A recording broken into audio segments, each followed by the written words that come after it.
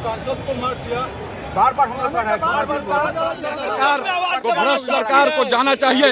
मैं समाज को, देश के राष्ट्रपति के पास इस सरकार को बर्खास्त करने के लिए उठाऊंगा। यहाँ के महामहिम राज्यपाल को मैं दूंगा। यह लाठी गोली की सरकार न चली है न चलेगी। इनके बर्बर पुलिस आज जिस कायदे में है वह होश में रहे। होश में नहीं रहेगी तो सरकार आती है और जाती है। जब जाएगी तो फिर इनको होश आ जाएगा।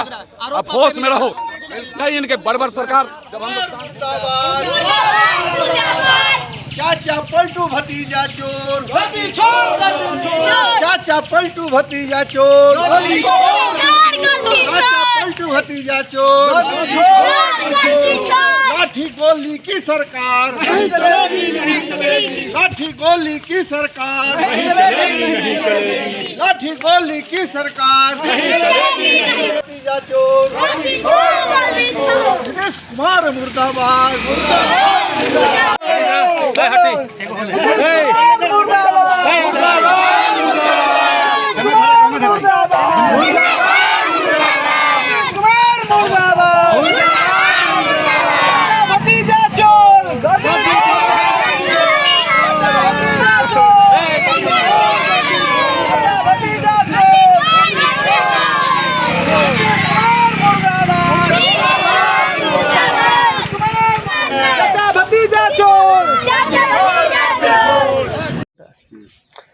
अभी हम हैं महाराजगंज में। बता दें कि परसों जो है कि पटना में बीजेपी के जो कार्यकर्ता थे उनके द्वारा जो है कि प्रदर्शन किया जा रहा था, विधानसभा जाने का प्रयास किया जा रहा था, जिसको लेकर वहां पर जो स्थानीय पुलिस थी उसके द्वारा बैरिकेटिंग किया गया था ताकि जो बीजेपी कार्यकर्ता है विधानसभा तक न पहुंच सके। तो वही वहां पर कई बीजेपी कार्यकर्ताओं की काफ़ी चोटें आई है। एक बीजेपी कार्यकर्ता की मौत हो गई है। वही आज बता दें कि महाराजगंज के सांसद जो उस दिन थे उनको भी काफ़ी चोटें आई हुई थी। आज जो बीजेपी के काफ़ी कार्यकर्ता हैं महाराजगंज में धरना प्रदर्शन किए थे। जो तेजस्वी यादव हैं स्वास्थ्य मंत्री, उप मुख्यमंत्री, या जो नीतीश कुमार हैं मुख्यमंत्री, उनका पुतला को दहन किया गया है। बातचीत करेंगे कि आखिर क्या कुछ क्यों पुतला को दहन किया गया, क्यों पुतला को दहन किया गया है। देखिए, पुतला दहन की जहाँ तक सवाल है, पुतला दहन की जहाँ तक सवाल है, इस सरकार की विफलता के वजह से भारतीय जनता पार्टी के कार्यकर्ताओं द्वारा दिनांक 13 को कार्यक्रम निर्धारित किया गया था कि विधानसभा का घेराव करना है और जितने बिहार में वंचित लोग हैं, शिक्षक के साथ जो अन्याय सरकार कर रही है उसके खिलाफ हम लोगों ने अपना बात रखने के लिए विधानसभा घेराव का प्रोग्राम हम लोगों ने बनाया था। प्रोग्राम गांधी मैदान से हम लोगों का संकल्प यात्रा वहां से चला विधानसभा के लिए। तब तक रास्ते में ही नीतीश कुमार की सरकार के सिपाहियों ने प्रमुख कार्यकर्ताओं पर लाठी बरसाने का काम किया।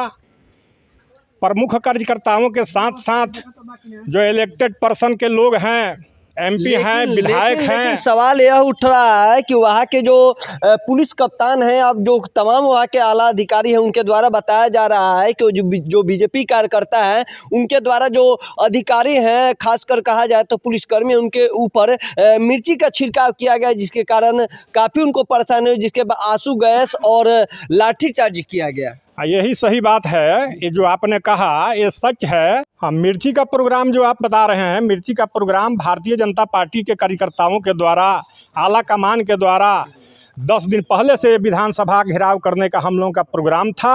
यह प्रोग्राम जानबूझकर और सुन करके माननीय वहाँ के कप्तान, बिहार के कप्तान नीतीश कुमार ने अपने प्रशासन के द्वारा सोची समझी साजिश के द्वारा, प्रशासन के हाथों द्वारा मिर्ची का प्रोग्राम उन्होंने करवाया था।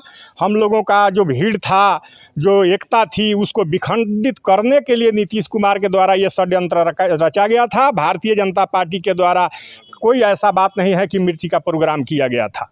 ये बात आप जान लीजिए। मतलब वहाँ के जो पुलिस अधिकारी कर रहे हैं वह सरेआम गलत बोल रहे हैं। आज से नहीं, जब से नीतीश कुमार की सरकार है तब से बिहार की प्रशासन बेलगाम है और गरीबों के साथ, वंचितों के साथ, किसानों के साथ हमेशा के लिए नीतीश कुमार जो काम करते हैं वो गलत करते हैं, कभी भी सही करने का काम नहीं किया है। अपराधी सरेआम घूम रहा है, अच्छे अच्छे लोग जेल के अंदर, सलाखों के अंदर हैं।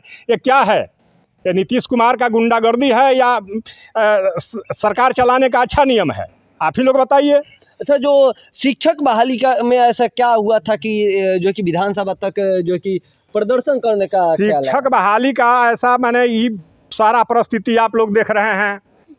शिक्षक बनने के लिए लोग बीए करते थे, बीएड करते थे, डीएलएड करते थे, डायरेक्ट जो है लोग टीचर में नियुक्त हो जाते थे। लेकिन यह निकम्मी सरकार ने अब कह रही है कि यूपीएससी करिए, बीपीएससी करिए, यूपीएससी करिए, उसके बाद आप टीचर बनिएगा। बताइए, संभव है? बीपीएससी और यूपीएससी करने के बाद लोग वीडियो क्यों नहीं बनेंगे? बीपीएससी करने के बाद, बीपीएससी करने के बाद और ऐसा जॉब है जिसमें लोग जा सकते हैं। लोग टीचर क्यों बनेंगे? जब इतने तेज तराज लोग होते तो अफसर बनते। टीचर के लिए काहे लिए वो लोग बीपीएससी करने के लिए जाएंगे? एसपी बन सकते हैं, एसडीएम बहुत बन सकते हैं, बीडीओ, सीओ, सारे अधिकारी इसमें बन सकते हैं। तो ये सरकार का उल्टा नियम है। इस उल्टा नियम को हम लोगों ने समझाने का कोशिश किया था, लेकिन उसको नीतीश कुमार ने हम लोगों को रास्ते से हटाने का काम किया। अच्छे अच्छे नेताओं को लाठी द्वारा मारने का काम किया गया, आंसू गैस छोड़ा गया। बहुत सारे अत्याचार पटना में हुआ है। इसलिए हमारे तमाम कार्यकर्ता भारतीय जनता पार्टी के ये कसमबद्ध है कि जब तक नीतीश कुमार को हम लोग गद्दी से नीचे उतार नहीं देंगे, तब तक हम लोगों की रफ्तार रोकने वाली नहीं है। अच्छा, एक बीजेपी के जो कार्यकर्ता उनकी मौत हो गई है, सुनने में आया है, तो क्या कहिएगा? आखिरकार उनकी मौत हो गई तो उनके परिवार का भरण पोषण का ख्याल रखेगा कौन? अब कौन रखेगा? वो तो परिवार सड़क पर आ गया। उसकी पत्नी रो रही है, बच्चे रो रहे हैं, उसका पूरा परिवार सड़क पर आ गया। ये तो अब सरकार, यानी कि सरकार क्या करेगी? सरकार को तो जा करके उसके पूरे फैमिली को जला देना चाहिए, ताकि धरती से उसका भार ही खत्म हो जाए। भार खत्म करने के लिए पुलिस द्वारा उस कार्यकर्ता को हत्या करवाया गया है। ऐसे वो कार्यकर्ता मरा नहीं है। मतलब आपका कहने का तात्पर्य है कि उसकी हत्या करवाई गई है? बिल्कुल हत्या करवाई गई है। प्रशासन के द्वारा हमारे माननीय सांसद का हत्या करने का साजिश रचा गया था। हत्या के नियत से उन पर लाठी बरसाया गया। जो माननीय सांसद उस नीतीश कुमार के कैबिनेट में मंत्री भी रहे हैं। नीतीश कुमार भली भांति जानते हैं कि जनार्दन सिंह सिकरवाल किस तरह का एमपी हैं, किस तरह का नेता हैं। और वैसे सीधा सपाटा व्यक्ति को नहीं बख्शा गया, वैसे वायु श्रेणी वाले सुरक्षा वाले व्यक्ति को नहीं बख्शा गया, तो हमारे और आपको कौन पूछता है? क्या होगा? एक बार परिचय दे। मेरा नाम मदन यादव, भारतीय जनता पार्टी के कार्यकर्ता हैं और बिहार प्रदेश में हम कार्यकारिणी के सदस्य हैं। तो देखिए, अभी एक और सदस्य मौजूद है, उनसे बातचीत करने का प्रयास करेंगे। आखिर क्या ऐसा हो गया कि पूरा भूचाल आ गया पूरे पटना में और तमाम जगह आप लोग धरना प्रदर्शन करने लगे, आगजनी करने लगे? सबसे पहले तो हम आपको बता दें कि आज आप जहां हम लोग खड़े हैं, यह महामाया प्रसाद की पुण्यभूमि है। और इनके इस पुण्यभूमि से हम लोगों ने नीतीश कुमार और तेजस्वी यादव के पुतला का दहन करके इस देश को, समाज को और नीतीश सरकार को यह संदेश देने का हम लोगों ने काम किया है कि अब आपकी जो बर्बरतापूर्ण सरकार है, जो निरंकुश सरकार है, जो लाठी गोली की सरकार है, जो निहत्थे कार्यकर्ताओं को लाठी चला रही है, जो हत्या कर रही है, यह अब ज़्यादा दिन चलने वाली नहीं है। आपको बता दें, आज आप जहां खड़े हैं, यह माया बाबू, जिन्होंने राजनीतिक मूल्यों से कभी समझौता नहीं किया, कभी भ्रष्टाचारियों से समझौता नहीं किया और इन तमाम मुद्दों पर उन्होंने राज सत्ता को त्याग दिया। लेकिन आज उसी बिहार में, उन्हीं के उस बिहार में आज आप देख रहे हैं कि अपराधी तांडव मचा रहे हैं। निहत्थे कार्यकर्ताओं पर लाठी बरसाई जा रही है। बिहार में जो शिक्षक अभ्यर्थी जो जा रहे हैं उन पर लाठी गिर रही है, किसान सलाहकार पर लाठी गिर रही है, आम जनता परेशान है। इन्हीं सभी मुद्दों को लेकर के भारतीय जनता पार्टी ने 13 तारीख को गांधी मैदान से लेकर के विधानसभा तक का मार्च का आयोजन किया था।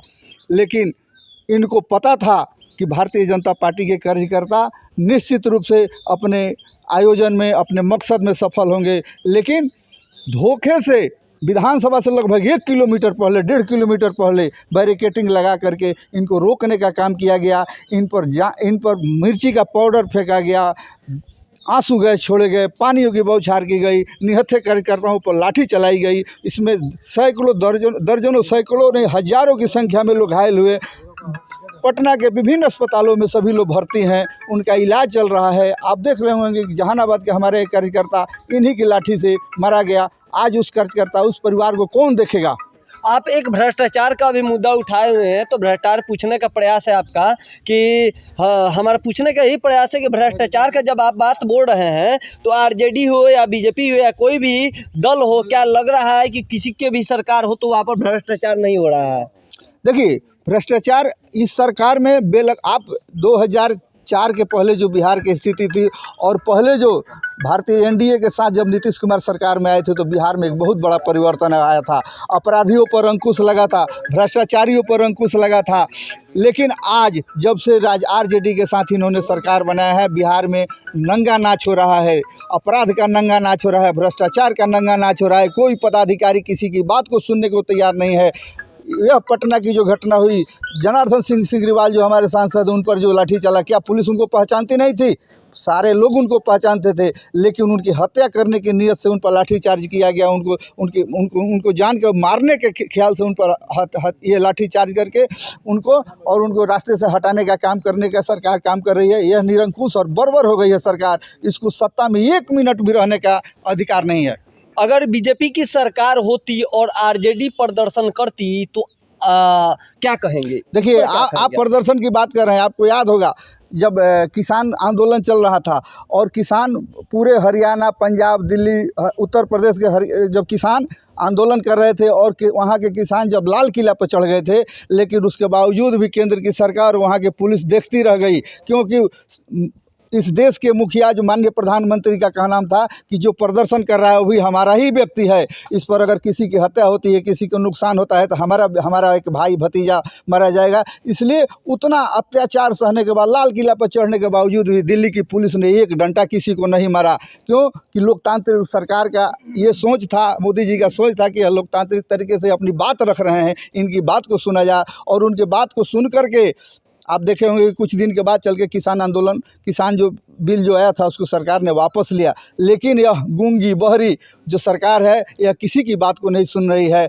अगर हम प्रदर्शन करने ही जा रहे थे, हम किसी पर लाठी नहीं चला रहे थे, किसी पुलिस पदाधिकारी को हमने नुकसान नहीं पहुंचाया, किसी सरकारी संपत्ति को नुकसान नहीं पहुंचाया। अभी हमें 1.5 किलोमीटर अभी दूर जाना था, लेकिन बीच में ही रोक करके सरकार ने ये पूरे इस रैली को, पूरे इस विरोध प्रदर्शन को व्याधित करने का काम किया। इसलिए इस सरकार को 1 मिनट यह बिहार की जनता बर्दाश्त करने वाली नहीं है। और भारतीय जनता पार्टी ने आज महामाया बाबू के जन्मभूमि से इस आंदोलन का पुतला दहन करके आगाज किया है, संदेश देने का काम किया है। और जब तक इस बिहार में नीतीश कुमार की सरकार हट नहीं जाती, भारतीय जनता पार्टी के एक एक कार्यकर्ता अपनी खून का एक एक कतरा अपना बलिदान दे करके इस सरकार को हटाने का काम करेंगे और चैन से घर में नहीं बैठेंगे।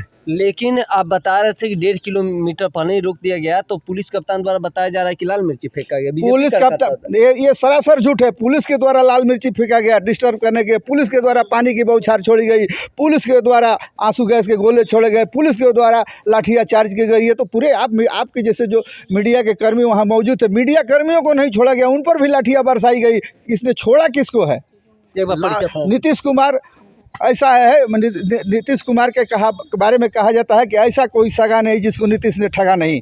इसलिए नीतीश कुमार को इस सत्ता में रहने का, इस सरकार को, आज महागठबंधन की सरकार को, जो ठगबंधन की सरकार है, जो भ्रष्टाचारियों की सरकार है, इसको 1 मिनट सत्ता में रहने का अधिकार नहीं है। मेरा नाम अवधेश कुमार पांडे, मैं सांसद प्रतिनिधि हूँ, भारतीय जनता पार्टी का जिला का मंत्री हूँ, इस विधानसभा का संयोजक हूँ।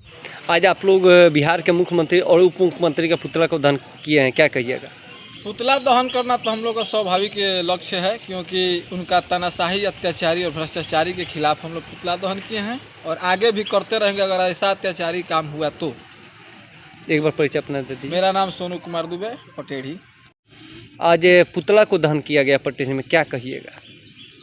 पुतला दहन करने का हम लोगों का मुख्य लक्ष्य जो है, जो 13 तारीख को भाजपा कार्यकर्ताओं पर जो लाठीचार्ज हुआ, सुनियोजित ढंग से जो इस महागठबंधन की सरकार ने कराया और हमारे माननीय सांसद जनार्दन सिंह सिग्रीवाल जी पर लाठीचार्ज करके ये पूरे लोकसभा चुनाव के मतदाताओं पर लाठीचार्ज हुआ है।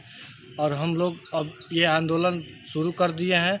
जब तक ये सरकार हट नहीं जाती है, इसको हटा नहीं लेंगे, तब तक ये पुतला दहन और आंदोलन जारी रहे। एक बार परिचय। मेरा नाम शक्ति शरण सिन्हा। आप कौन है बीजेपी के? भारतीय जनता पार्टी के युवा मोर्चा के प्रखंड उपाध्यक्ष।